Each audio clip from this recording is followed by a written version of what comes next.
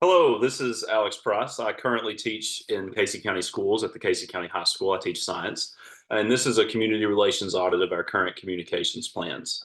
First of all, I want to start by saying Casey County Schools does not have a direct document that relates to community relations. So what I did was I compiled a bunch of data together from several different documents and compiled them into this PowerPoint. I'll discuss some different factors on these documents as well.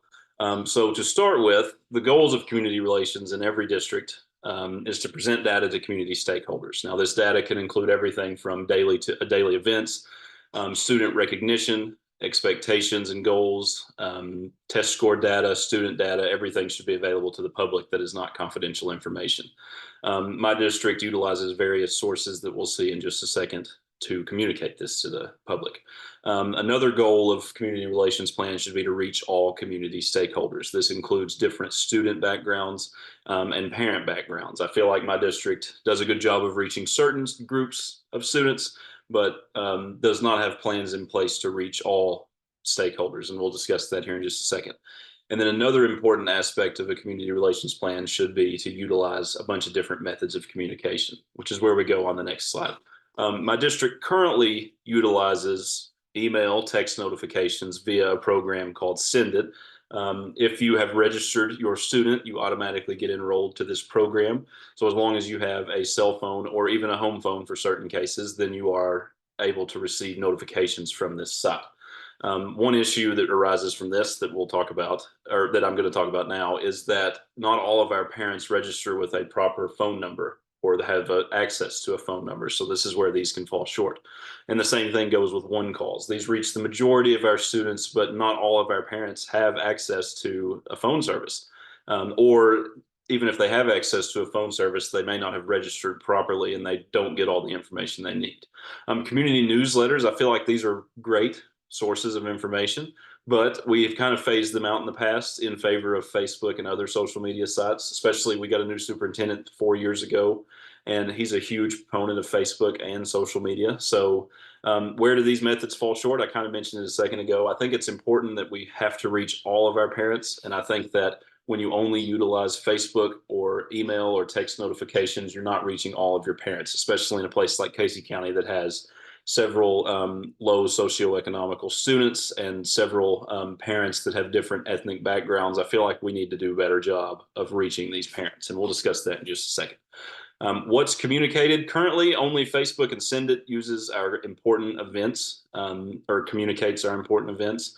And this includes everything from sporting events to student events to club events. But again, it's only Facebook and Send It. So sometimes we'll have these great community relations involvement nights planned, but only certain members of the district are aware that these things are taking place, especially individual schools. Like the high school, for example, its Facebook page does not have the reach of, say, the superintendent's Facebook page. So when we have our community involvement nights, we don't always reach all of our parents. So I think in order to do better at this, we need to start utilizing more than just Facebook to communicate this to parents. Student recognition, that's one thing. I'm a huge proponent of student recognition. I try to recognize my students often. In many cases, this only occurs on the school day between between students and teachers.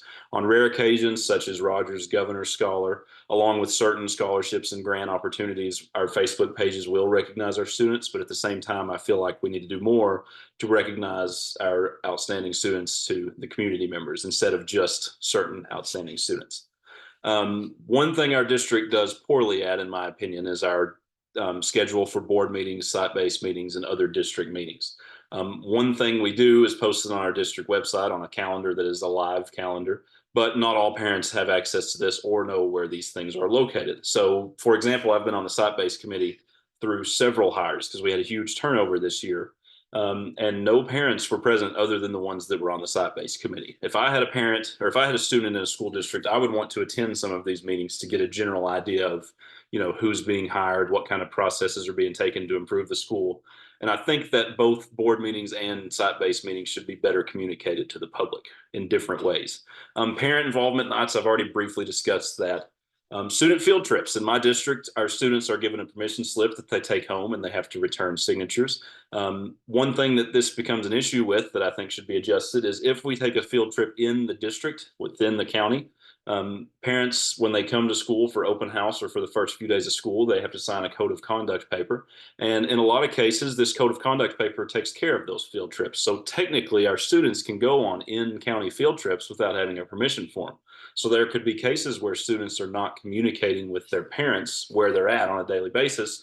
They might call the school and they may not have the idea, they may not have had any idea that their student was on a trip. So I think that needs to be severely adjusted, and by better communication to different parents and stakeholders, we could prevent that issue from happening.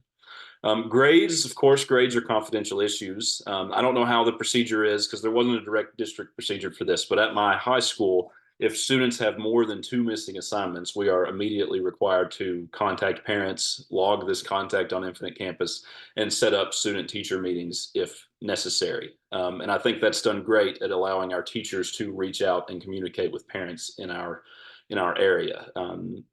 A lot of parents do not have complaints at the high school level about how their students are performing because our teachers are very good at reaching out and communicating with these parents. And I think if a policy like that was implemented district-wide, it would drastically improve. But again, there's no direct policy on this in our district. End-of-year test scores, ACT data is typically not shared with parents other than individual student data. I think it would be great if our district would highlight our just general scores, averages, because, like last year, for example, the teachers did not receive ACT data for a very long time. KSA results, our superintendent briefly summarizes them to the public on a Facebook post or through a newsletter, excuse me. And it's not an in-depth share of testing data. And I think that it would be better served if it was more in-depth and more important for the community. Typically, the superintendent is the designee for many general announcements. Our principals also make announcements through Facebook, and we have designated social media individuals on our Facebook as well. And I apologize for my voice. I've got a little bit of a cold as I'm recording this. Student concerns are, again, as we mentioned just a second ago, through individual teachers and through our principals. So always, and then our athletic relations, our coaches and our athletic directors have their own policy in place, which is great because they have a direct policy that's important. If parents have any issues, it's a top-down approach where they have to communicate with both the athletic director and the coach in charge, not the assistant coaches. And I think that if our district had better policies and better procedures relating to sporting events, it would be much more effective.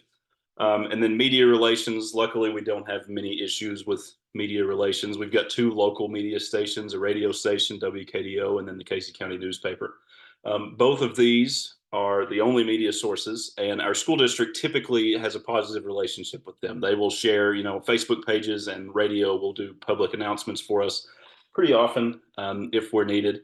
They'll share out our testing data at the end of the year, but they typically always ask for, comments from our superintendents and principals. So it's a pretty healthy relationship. So I don't have much to say about that. It's actually pretty solid.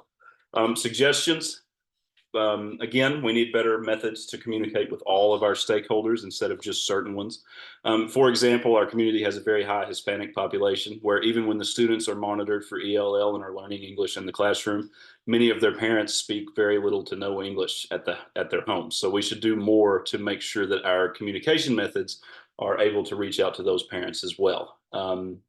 Again, as I mentioned previously, we should also work to do more to inform our parents in the district of what's going on a daily basis as well. So overall, I think that a lot of these issues could be solved with a general document that actually was a community relations plan instead of having all these other documents that are present throughout our school web pages and throughout our school procedures. Thank you.